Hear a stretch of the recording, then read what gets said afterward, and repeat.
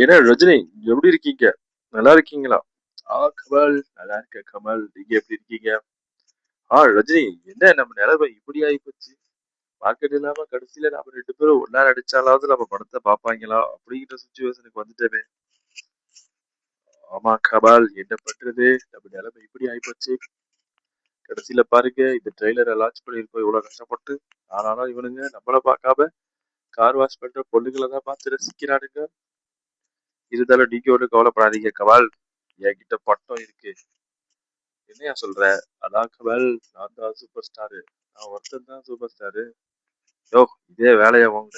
இப்படியே பேசி பேசிதான் அவன் சோழிய முடிச்சிட்டேன். ஏயா, எப்ப பார்த்தாலும் இப்படியே சொல்றீங்க. இந்த படத்துல என்ன பாட்டு வச்சிருக்க?